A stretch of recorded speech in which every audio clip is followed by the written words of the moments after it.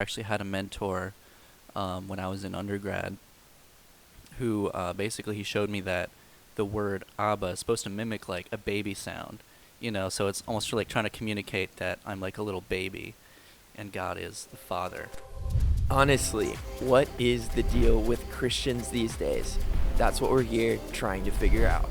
It all starts with authenticity. Ew, buzzword. Gross, I know. But on this podcast, you'll find two brutally honest Christians talking about real world problems. And it all starts with something very private and personal: the Christian's prayer journal. That's right, we're steering through past journal entries we've written that address real Christian issues and applying the gospel to every difficult situation. Expect us to see different perspectives, different insights, and why they might be relevant to your life.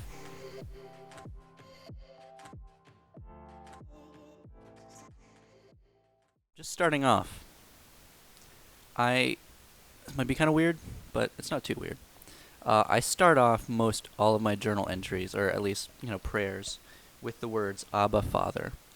And it's basically when I'm doing this, I'm intentionally reminding myself of God as a loving Father. And this is something that, for a lot of my, really until recently, even still to a certain extent, I guess, I kind of struggled to see God as that.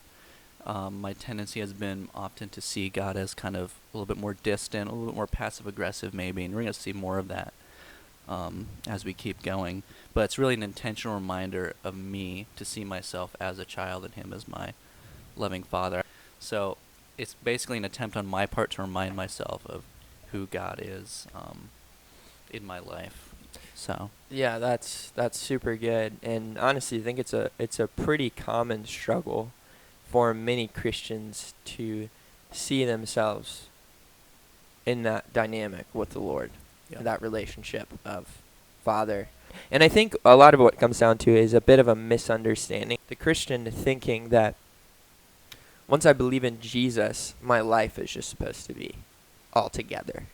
And if I still struggle with sin, like, what's going on here? And there's no way God could still love me right now. That's totally true. I mean, how does a good loving father see their child?